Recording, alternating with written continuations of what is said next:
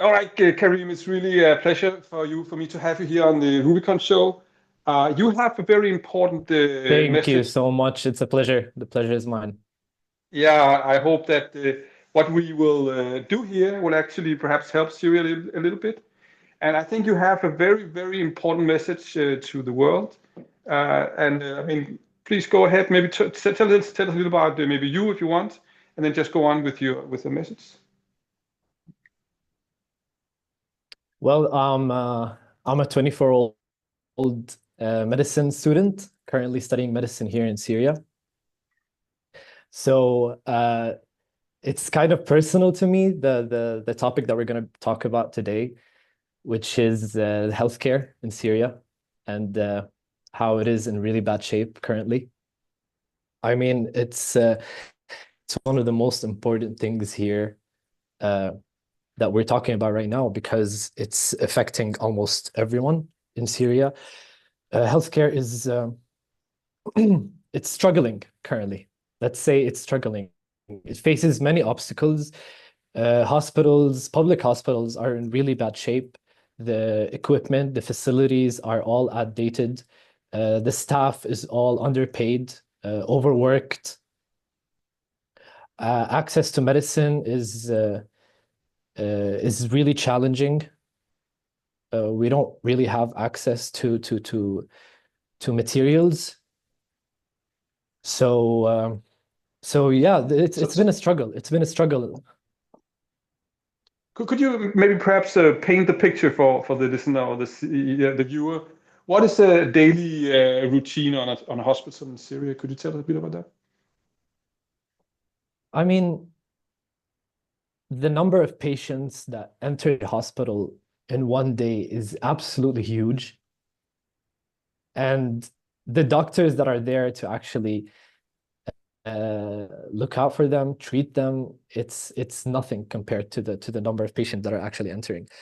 Um, they're understaffed. All hospitals are understaffed. They struggle to find the required medicines for each case, for each patient. The wait time is absolutely ridiculous. Some people Uh, wait for days just to get one pill or any kind of medicine or any kind of treatment.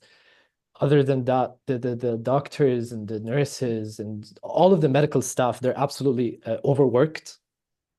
And this is really affecting the quality that of their work, the effort that they're trying to put in. So so yeah, this is it's very important. so tell me about your personal kind of emotional reaction to this. It seems to me that you are personally, involved. Oh, How does it feel I to be in don't. a situation like this?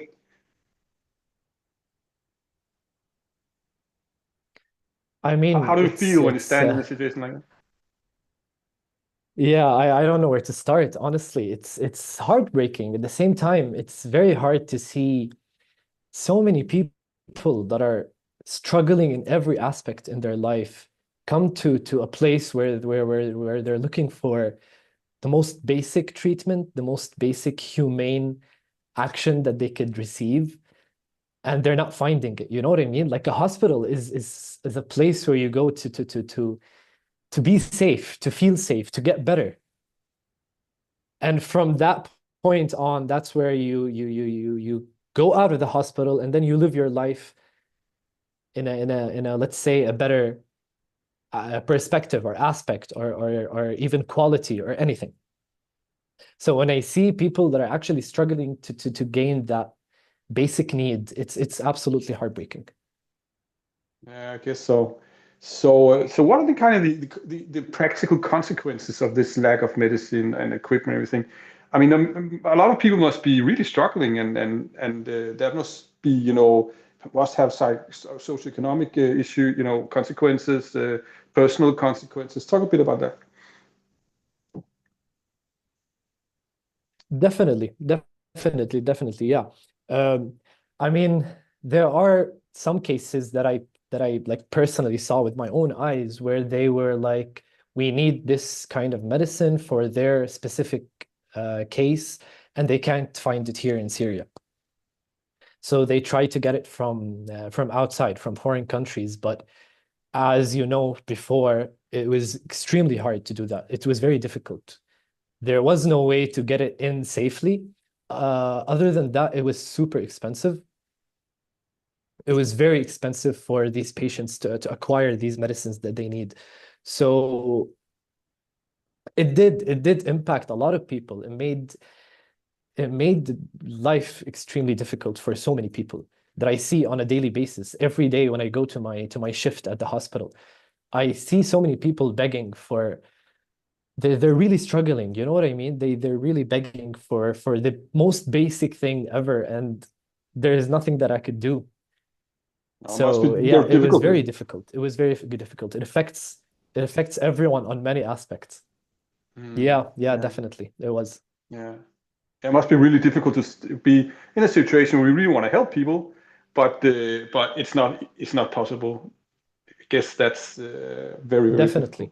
Yeah, yeah, Mm. yeah. Talk about what you need in It specifically. is. It really is. Tell me about what is it that you need if you want Oh, I'm sorry. Can you to. repeat the question? Okay, yeah, sure. Um, could you please tell me about what is it that you need to improve the situation? Can you be like more specific? Do you need like education, or how about medicine? Other kind of specific things. If you are like a donor from another country, what would your requirements be? Oh, where should I start? I mean, funding, funding. Public hospitals are lacking immense funds. The facilities, like I said before, they're outdated. Um, we need expertise that will help us on how to move with the progress that the medicine field right now it's moving towards, because we're very outdated. All our equipment are very old, and even when they're old, so many people they still don't know how to use them because I mean, I'm going to be completely honest, education quality went down immensely in the past 14, 15 years. So I think funding is a really important aspect. Other than that, we could talk about medicines, different kinds of medicines. We definitely need that. We're lacking a lot of medicines and equipment, obviously. Hmm. I think in this situation with Syria, where Syria is in a situation where things can go each way in terms of conflict, do you think that helping the hospital system would that contribute to a more stable Syria? I mean, it could. It could. Obviously it will play a role. I'm not gonna say it's gonna play the major role, but it will definitely play a role in what you just said because let's say that the healthcare quality increases here in Syria, it's gonna change the quality of life for so many people. It's gonna change uh, uh, let's say it's gonna change the way people will look at life because I mean, come on, people in Syria, they've lived through so many obstacles and so many challenges. So they don't have hope anymore. They don't look forward to life the way, let's say, other people do. So Yeah, it could. definitely when they have that kind, when they receive the most basic need, I think that's a good start. That's really a good start. Yeah, I can see that. It's I guess after living in a system for so long, which was very kind of yeah, squarish in a sense, uh, feeling that the country will Definitely. evolve will perhaps bring hope. And I guess in a situation where hope is really needed, this could be a fine corner to start, wouldn't it? I mean, to see that people around the world will actually meet the real needs of the Syrian people, because I mean, there's been a lot of discussion going on with the new constitution. We want to make a system which is good and everything, but I mean, for everybody in Syria, having healthcare is probably more important right now, I guess. I mean, I could imagine.